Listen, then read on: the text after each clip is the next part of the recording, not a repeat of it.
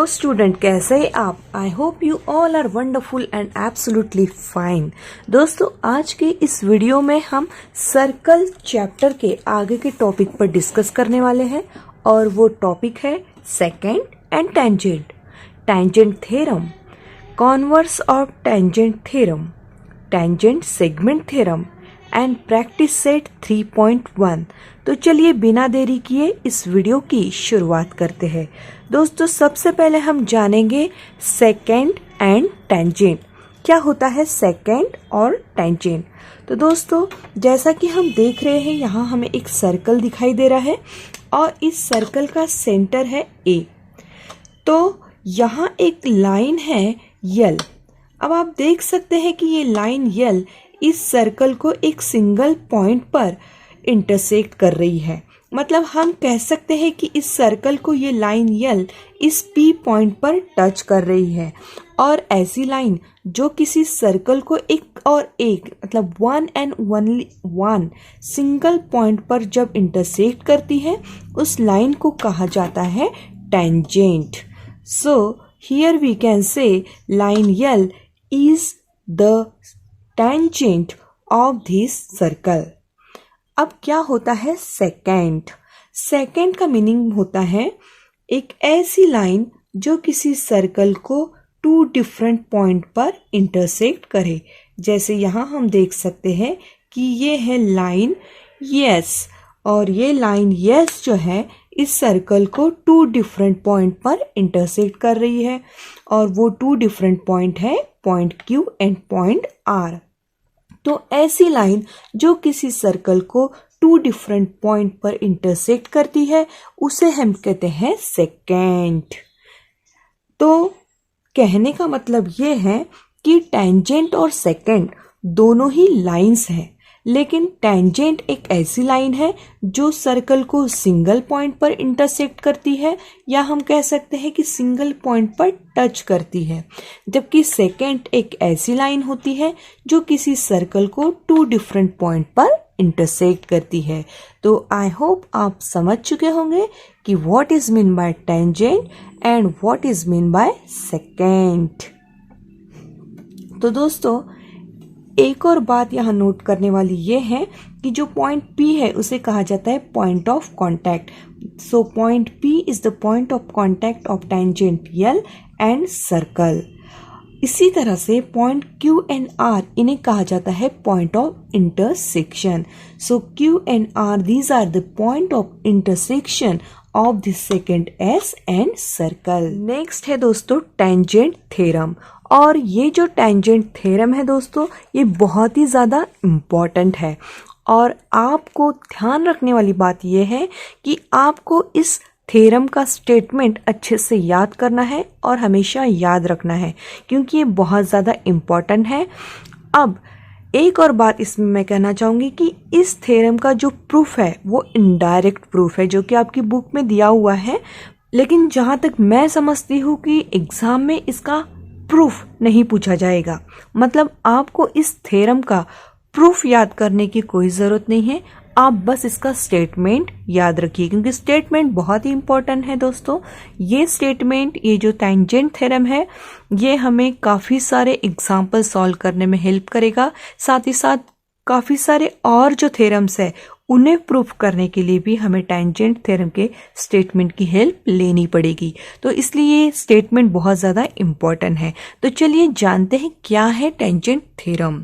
Tangent theorem कहता है a tangent at any point of a circle is perpendicular to radius at the point of contact। इसका मतलब कोई भी tangent जो होती है सर्कल की, वो हमेशा रेडियस पर परपेंडिकुलर होती है eight the point of contact. जैसे कि यहाँ हम देख रहे हैं, ये एक सर्कल हमने बनाया जिसका सेंटर है O, और L जो है वो उसकी टेंजेंट है, और OA जो है वो रेडियस है। अब A है पॉइंट ऑफ कांटेक्ट। तो पॉइंट ऑफ कांटेक्ट किसका है? टेंजेंट और सर्कल का। Okay, A is the point of contact. तो इस पॉइंट ऑफ कांटेक्ट पर जो रेडियस बनी हुई है वो रेडियस हमेशा टेंजेंट पर परपेंडिकुलर होगी। सर्कल की और भी कई सारी रेडियस हो सकती है, ऐसे ढेर सारी रेडियस हो सकती है, लेकिन सभी रेडियस इस टेंजेंट पे परपेंडिकुलर नहीं है। बस वो ही रेडियस परपेंडिकुलर है जो इस पॉइंट ऑफ कांटेक्ट के साथ बनी हुई है। तो ओ ए ये जो रेडियस है वो टेंजेंट पर परपेंडिकुलर होती है। परपेंडिकुलर का मीनिंग आप जानते ही होंगे। परपेंडिकुलर मतलब जहां 90 का एंगल बनता है। इस रेडियस और टेंजेंट के बीच का जो एंगल है वो 90 का है। ओके, इसीलिए इसे कहा जाता है perpendicular.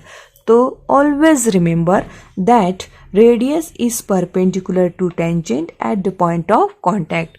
This is tangent theorem. Next है दोस्तों कॉन्वर्स ऑफ टेंजेंट थ्योरम। हाँ, ये एक इम्पॉर्टेंट थ्योरम है, ये आपको एग्जाम में पूछा जा सकता है। ओके, तो चलिए देखते हैं क्या होता है कॉन्वर्स ऑफ टेंजेंट थ्योरम। जैसा कि आप जानते होंगे किसी भी थ्योरम का जो कॉन्वर्स होता है उसमें और उस थ्योरम में डिफरेंस यही होता है कि जो मेन जो थ्योरम है जिस उसका जो गिवन पार्ट होता है वो कॉन्वर्स में टू प्रूव में चले जाता है, और जो टू प्रूव वाला पार्ट होता है वो कॉन्वर्स के गिवन में होता है। मतलब जैसा कि हमने अभी टेंजेंट थ्योरम में देखा था कि रेडियस यह टेंजेंट पर परपेंडिकुलर होती है, तो इसका उल्टा क्या होगा? इसका उल्टा होगा कि अगर कोई लाइन रेडियस पर परपेंडिकुलर है इसका मतलब वो टेंजेंट है। मतलब अगर कोई भी लाइन अगर रेडियस पर eight the point of contact अगर वो परपेंडिकुलर है इसका मतलब वह जो लाइन है वो टेंजेंट ही है, वो टेंजेंट के अलावा और कोई लाइन नहीं हो सकती। तो थ्योरम कहता है a line perpendicular to a radius at its point of the circle is tangent to the circle. जैसा कि हम देख सकते हैं यहाँ एक सर्कल दिया हुआ है। इस सर्कल का जो सेंटर है वो है M, ओके, और ये लाइन L है जो कि इस सर्कल की टेंजेंट है, ये हमें प्रूव करना है। ओके, और ये N जो है वो रेडियस है। तो इस सर्कल का गिवन पार्ट क्या होगा? गिवन पार्ट होगा M is the centre of a circle. ये M जो है वो सर्कल का सेंटर है। Segment MN is a radius. Segment MN जो है वो रेडियस है। Line L perpendicular to segment MN at N, ये कोई एक लाइन है जो इस रेडियस पर मतलब सेगमेंट MN पर eight the point of contact मतलब N पॉइंट पर परपेंडिकुलर है। ये एक कोई लाइन है। अब प्रूव क्या करना है? Line L is a tangent to the circle. हमें प्रूव करना है कि ये जो लाइन है जो रेडियस पर परपेंडिकुलर है वो लाइन और कुछ नहीं बल्कि इस सर्कल की टेंजेंट ही है। ये हमें प्रूव करना है। तो प्रूफ कैसा होगा? Take any point P other than on the line L, draw segment MP। हम क्या करेंगे? इस लाइन L पर एक पॉइंट P लेंगे, मतलब N के अलावा, N पॉइंट तो है ही इस लाइन पर, उसके अलावा एक और पॉइंट लेंगे P, और उसके बाद इस M और P को हम इस तरह से ज्वाइन कर देंगे ताकि हमें यहाँ एक ट्रायंगल मिले। ओके, अब हम देख सकते हैं कि जो ट्रायंगल है वो है MNP। Now in triangle MNP angle N is a right angle. अब ये जो ट्रायंगल है वो राइट एंगल होगा क्योंकि हमें गिवन में दिया गया है कि लाइन L जो है वो परपेंडिकुलर है सेगमेंट MN पर। ओके, तो ये हमें दिया हुआ है कि लाइन L जो है वो सेगमेंट MN पर मतलब रेडियस पर परपेंडिकुलर है, इसलिए ये एंगल N जो है वो राइट एंगल है। ठीक है, मतलब उसका मेजर 90 डिग्री है। अब अगर ये 90 डिग्री का है, ये राइट एंगल है, तो राइट एंगल ट्रायंगल में जो 90 की अपोजिट वाली साइड होती है वो कहलाती है हाइपोटेन्यूस, और जो हाइपोटेन्यूस होती है ये बाकी दोनों साइड के मुकाबले बड़ी होती है, उसकी लेंथ ज़्यादा होती है। ओके, इसलिए हम यहाँ लिखेंगे segment MP is the hypotenuse and segment MP is greater than MN। MP ये हाइपोटेनस है और हाइपोटेनस सबसे बड़ी होती है, मतलब वो MN और NP दोनों से बड़ी होती है। फिलहाल हमें MN से कंपेयर करना है, इन दोनों सेगमेंट को हमें कंपेयर करना है, तो MP is greater than MN। As segment MN is radius, point P can't be on the circle. अब देखिए कि MN जो है वो रेडियस है और MN जो है वो MP से छोटी है, राइट।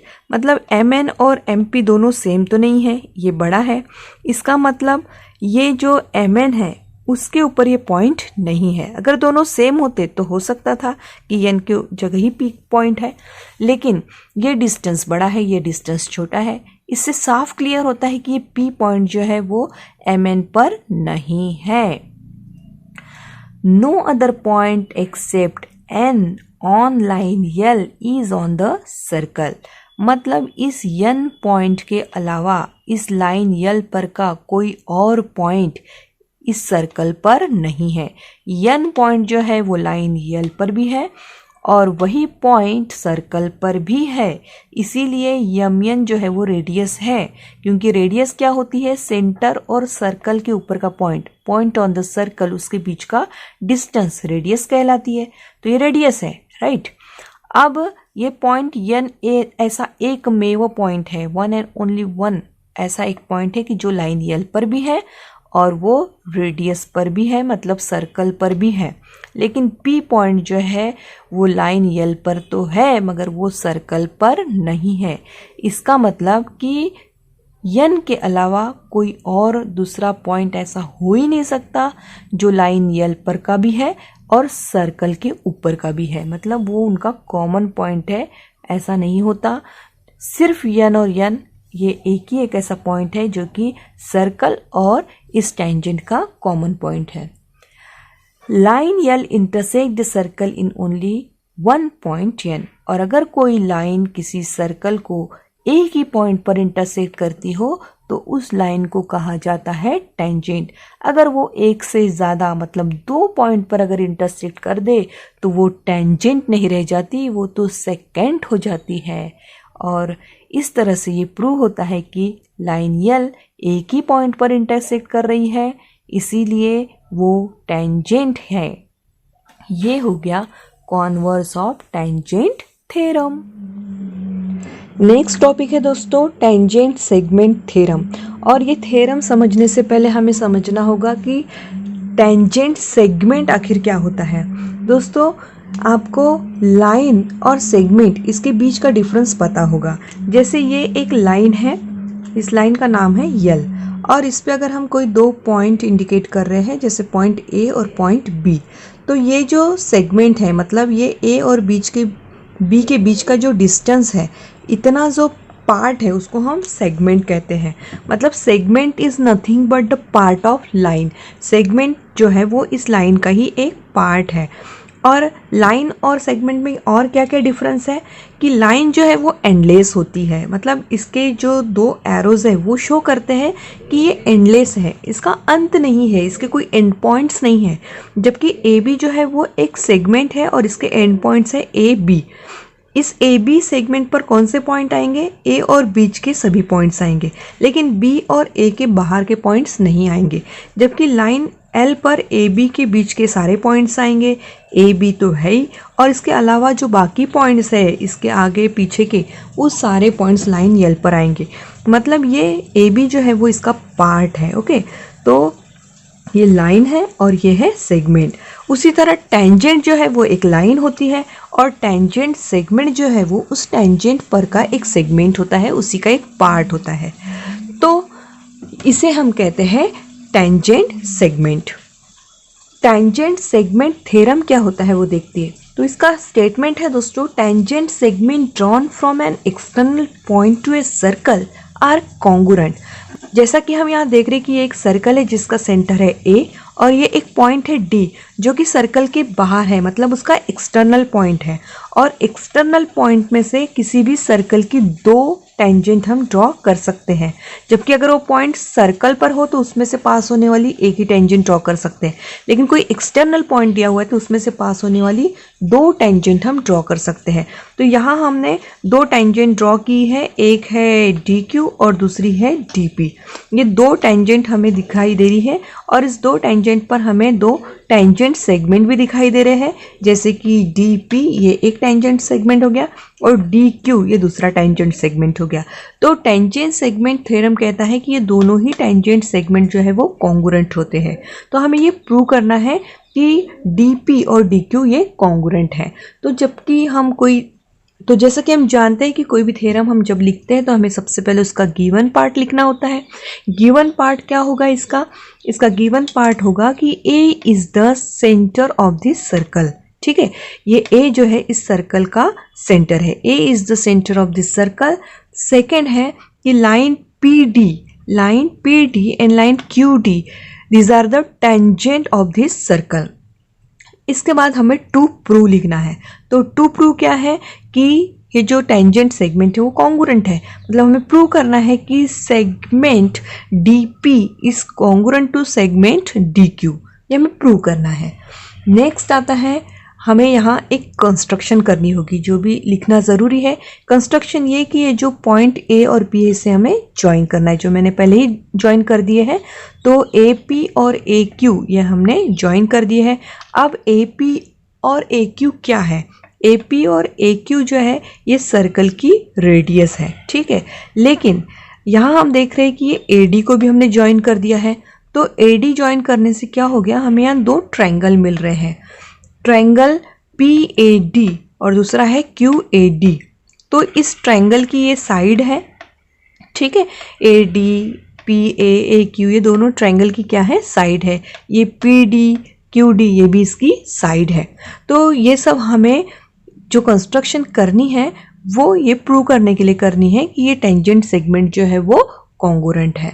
तो सबसे पहले हम प्रूफ लिखते हैं। प्रूफ में हम लिखेंगे कि in triangle P A D and triangle Q A D, P A D और ट्रायंगल क्यू ए डी ये दोनों ट्रायंगल जो है वो कॉन्ग्रुएंट है, ये हमें प्रूव करना होगा।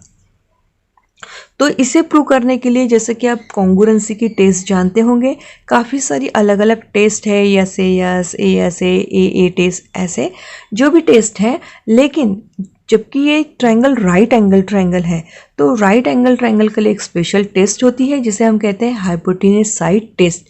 तो हाइपोटेन्यूज साइड टेस्ट से ये दोनों ट्रायंगल क्या कॉन्ग्रुएंट हो सकते हैं, यह हमें देखना है।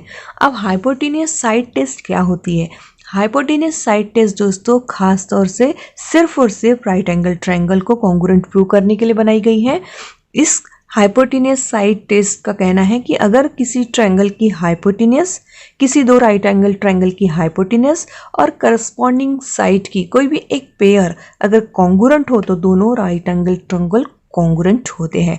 तो देखिए ये जो ट्रायंगल है राइट एंगल ट्रायंगल है, क्योंकि ये जो रेडियस है वो टेंजेंट पर परपेंडिकुलर होती है, ऐसा टेंजेंट थ्योरम कहता है ना। इसके पहले हमने टेंजेंट थ्योरम देखा है। तो टेंजेंट थ्योरम के अनुसार ये जो रेडियस है वो इस टेंजेंट पर कॉन्ग्रुएंट होगी, इसलिए ये ट्रायंगल राइट एंगल है। ठीक इसी तरह ये जो रेडियस है इस टेंजेंट पर परपेंडिकुलर है, इसलिए ये भी राइट एंगल ट्रायंगल है। तो इसमें हम देख सकते हैं कि सेगमेंट पी ए और सेगमेंट ए क्यू ये दोनों कॉन्ग्रुएंट होंगे। क्यों कॉन्ग्रुएंट होंगे? क्योंकि ये सर्कल की रेडियस है, radii of the same circle है, इसलिए ए पी और ए क्यू दोनों ही कॉन्ग्रुएंट है।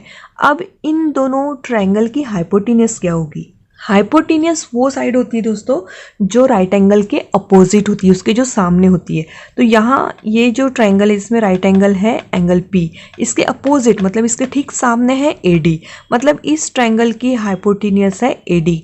ठीक इसी तरह ये जो ट्रायंगल है इसमें राइट एंगल है क्यू और क्यू के जस्ट अपोजिट है ए डी, मतलब यहाँ भी ए डी हाइपोटेन्यूज है। दोनों ट्रायंगल की जो हाइपोटेन्यूज है वो ए डी है और ए डी तो ए डी से कॉन्ग्रुएंट ही होगी, मतलब A D is congruent to A D because it is a common side. तो ए डी को कॉन्ग्रुएंट है और ए पी ए क्यू को कॉन्ग्रुएंट है क्योंकि radii of the same circle है। तो हाइपोटेन्यूज साइड थ्योरम के अनुसार ये हाइपोटेन्यूज और ये साइड मतलब करस्पॉन्डिंग साइड की पेयर ये कॉन्ग्रुएंट है, इसीलिए हाइपोटेन्यूज साइड थ्योरम से triangle PAD is congruent to triangle QAD। ये दोनों ट्रायंगल हमने कॉन्ग्रुएंट प्रूव कर दिए। अब हमें ट्रायंगल कॉन्ग्रुएंट प्रूव किए हैं, लेकिन हमें क्या प्रूव करना है, टेंजेंट सेगमेंट कॉन्ग्रुएंट है। अब ये जो ट्रायंगल दिए हैं जो कि कॉन्ग्रुएंट प्रूव कर चुके हैं हम, इसकी एक साइड है PD और उसकी करस्पॉन्डिंग साइड है QD। तो PD is congruent to QD, corresponding side of congruent triangle. अगर कोई ट्रायंगल कॉन्ग्रुएंट होते हैं तो उनकी जो करस्पॉन्डिंग साइड्स होती है वो भी कॉन्ग्रुएंट होती है। PD की करस्पॉन्डिंग साइड QD है, इसलिए ये कॉन्ग्रुएंट होगी। तो इस तरह से PD is congruent to QD, मतलब टेंजेंट सेगमेंट जो है वो कॉन्ग्रुएंट है। तो ये था टेंजेंट सेगमेंट थ्योरम, जो कहता है कि एक्सटर्नल पॉइंट से जब हम किसी सर्कल की दो टेंजेंट्स ड्रॉ करते हैं तो उसमें जो दो टेंजेंट सेगमेंट हमें मिलते हैं वो हमेशा ही कॉन्ग्रुएंट होते हैं। इस टेंजेंट सेगमेंट थ्योरम का दोस्तों कंप्लीट आपको प्रूफ याद रखना है विथ डायग्राम, स्टेटमेंट, एवरीथिंग। ये बहुत ही इंपॉर्टेंट थ्योरम है, ये आपको प्रूफ भी पूछा जा सकता है और इसका यूज़ काफ़ी सारे एग्जाम्पल को और भी अलग अलग थ्योरम्स को प्रूव करने के लिए किया जाता है। तो आई होप आपको ये थ्योरम जो है वो बहुत अच्छे से समझ आया होगा। अगर कोई डाउट्स हो तो आप कमेंट सेक्शन में ज़रूर मुझे पूछ सकते हैं। नेक्स्ट और लास्ट टॉपिक है दोस्तों प्रैक्टिस सेट 3.1, जिसमें फर्स्ट एग्जांपल हम डिस्कस करने जा रहे हैं। फर्स्ट एग्जांपल है दोस्तों, in the adjoint figure the radius of a circle with centre C is 6 centimetre. Line AB is a tangent at A। Answer the following question. ये यहाँ एक सर्कल हमें दिया हुआ है जिसका सेंटर है C और ये सेंटर का जो डिस्टेंस है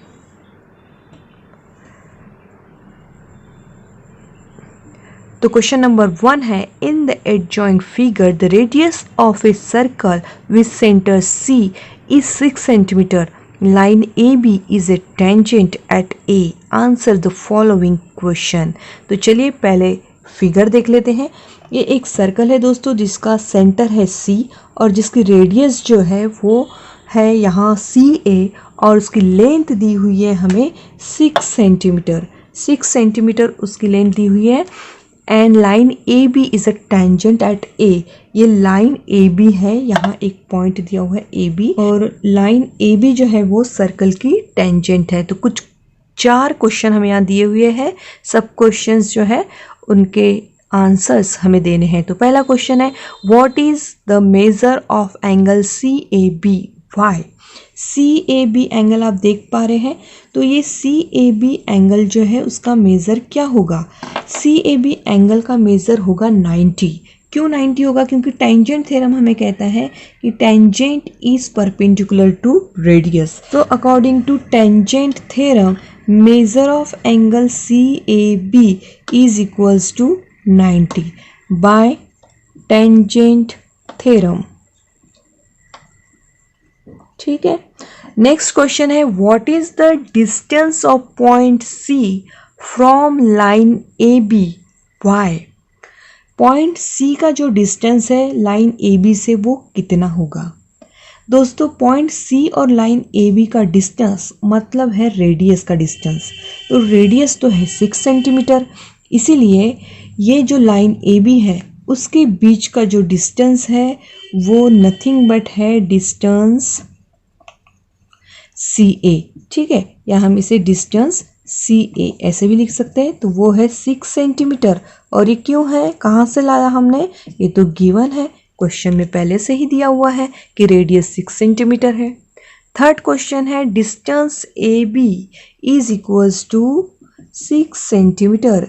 डिस्टेंस AB, अब देख पा रहे हैं डिस्टेंस AB कहाँ है इस डायग्राम में, ये है AB। ठीक है, तो ये भी 6 सेंटीमीटर है। तो find distance BC। Distance BC हमें निकालना है। डिस्टेंस BC निकालने के लिए हमें यहाँ ट्रायंगल ड्रॉ कर लेना चाहिए, तभी तो हमें डिस्टेंस BC दिखाई देगा।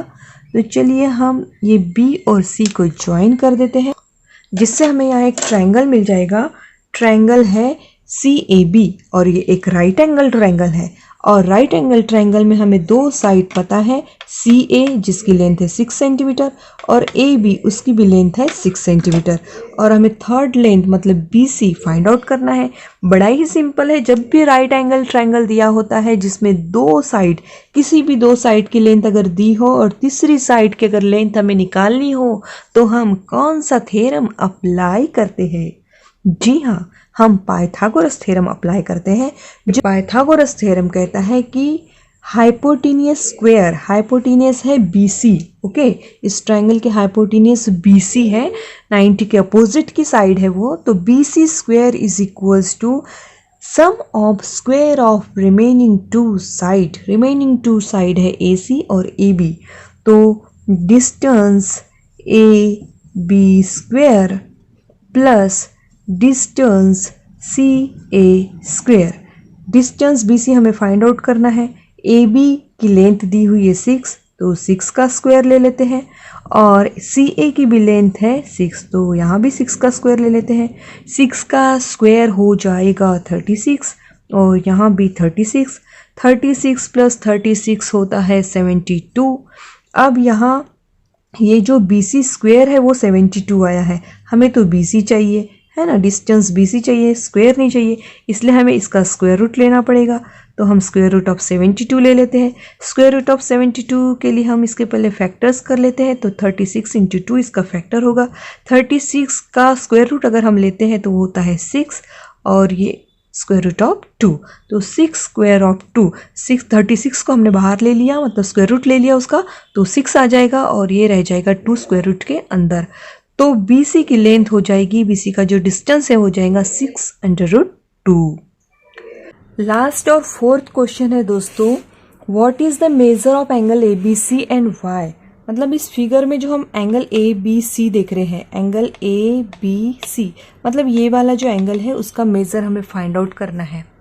दोस्तों यहाँ हम देख सकते हैं कि ये जो ट्रायंगल है मतलब CAB, ये जो ट्रायंगल है ये एक राइट एंगल ट्रायंगल है, लेकिन यहाँ हम देख रहे हैं कि ये जो परपेंडिकुलर साइड्स है एंगल CAB में परपेंडिकुलर साइड है साइड CA और साइड AB, तो ये दोनों की लेंथ सेम है, और जिस राइट एंगल ट्रायंगल में परपेंडिकुलर साइड्स जो है वो सेम लेंथ की होती है उसे आइसोस्केलस राइट एंगल ट्रायंगल कहा जाता है। तो ये एक आइसोस्केलस राइट एंगल ट्रायंगल है। मतलब हम यहाँ लिख सकते हैं कि in triangle ABC CA is equals to AB, CA is equals to AB। क्यों? क्योंकि दोनों की जो लेंथ है वो कितनी है, each is the length 6 centimetre, दोनों की लेंथ 6 सेंटीमीटर है, इसलिए वो इक्वल है। और जो आइसोस्केलस ट्रायंगल होता है उसका एक थ्योरम होता है, आइसोस्केलस ट्रायंगल थ्योरम उसे कहा जाता है कि किसी ट्रायंगल में अगर दो साइड सेम है तो उनके जो अपोजिट एंगल्स होते हैं वो भी सेम होते हैं। CA ये जो साइड है इसका अपोजिट एंगल है B, ठीक है, B जो एंगल है उसे हम बोलेंगे एंगल ABC, और ये जो AB है, AB जो साइड है उसका अपोजिट एंगल है C एंगल को हम बोलेंगे एंगल ACB, तो ये दोनों एंगल इक्वल होंगे। ये according to isosceles triangle theorem, isosceles triangle theorem के अकॉर्डिंग दोनों एंगल सेम होंगे। तो हम कंसिडर करते हैं कि चलिए इसका मेजर है x, अब उसका मेजर हमें तो फाइंड आउट करना है, और जो फाइंड आउट करना है उसे हम कंसिडर करेंगे कि let angle ABC is equals to angle ACB, मतलब ये दोनों के मेजर x है। तो हम जैसे कि जानते हैं कि किसी भी ट्रायंगल में उसके एंगल की, तीनों एंगल की जो सम है वो 180 होती है। Sum of all angles of triangle is 180। तो इस ट्रायंगल में ABC में भी तीनों एंगल की सम 180 होगी, मतलब angle CAB plus angle ABC plus angle ACB तीनों की मेजर होगी 180। रीजन हम लिखेंगे sum of all angles of a triangle is 180 degree. अब CAB जो है, CAB इसका मेज़र कितना है, 90 है। ठीक है, इसका मेज़र 90 डिग्री है। ये हमने फर्स्ट पहले ही सॉल्व कर चुके हैं, हम ये फाइंड आउट कर चुके हैं। रेडियस टेंजेंट को परपेंडिकुलर होती है, इसलिए ये जो एंगल है वो 90 का है। और एंगल ABC का मेज़र हमने कंसिडर किया है x, ACB का भी मेज़र है x, तो इसे हम सॉल्व करेंगे। x प्लस x हो जाता है 2x, तो 90 plus 2x is equals to 180। x हमें फाइंड आउट करना है, इसलिए 2x वाली टर्म इधर रखते हैं। ये 180 को इधर रख दिया, 90 को इधर लाएंगे तो हो जाएगा -90, और ये आंसर आ जाएगा 180 माइनस 90 मीन्स 90। तो यहाँ हमें मिला कि 2x is equals to 90 degree. तो x फाइंड आउट करने के लिए इस 2 को इधर लाएंगे तो अपॉन 2 हो जाएगा, और इसे हम सॉल्व करते हैं तो हमें मिल जाएगा 45। 90 का हाफ होता है 45, तो x का मेज़र है 45, और x का मेज़र मतलब ही एंगल ABC, एंगल ABC का मेज़र जो है वो हमें फाइंड आउट करना था, वो हो गया है 45। तो दोस्तों इस तरह से ये चारों आंसर्स हमने फाइंड आउट कर लिए हैं। आई होप आपको ये समझ आया होगा। दोस्तों अगर आपने अब तक इस चैनल को सब्सक्राइब नहीं किया है तो प्लीज इसे सब्सक्राइब कर दीजिए, साथ में इस बेल आइकन को प्रेस करना बिल्कुल ना भूलें, ताकि आपको मेरे हर नए वीडियो का नोटिफिकेशन मिल सके। वीडियो पसंद आई हो तो इसे जरूर लाइक और शेयर कीजिए, because sharing is caring my dear friends. अपने वैल्यूएबल कमेंट्स जरूर कीजिए, और आप हमें इंस्टाग्राम, ट्विटर और हमारे फेसबुक पेज पर भी लाइक, फॉलो और कमेंट्स जरूर करें, क्योंकि आपका सपोर्ट ही हमारी रियल स्ट्रेंथ है। वीडियो पूरा देखने के लिए आपको दिल से थैंक यू। फिर मिलेंगे एक नए वीडियो के साथ, तब तक के लिए stay blessed, stay happy, keep studying, keep growing, bye bye.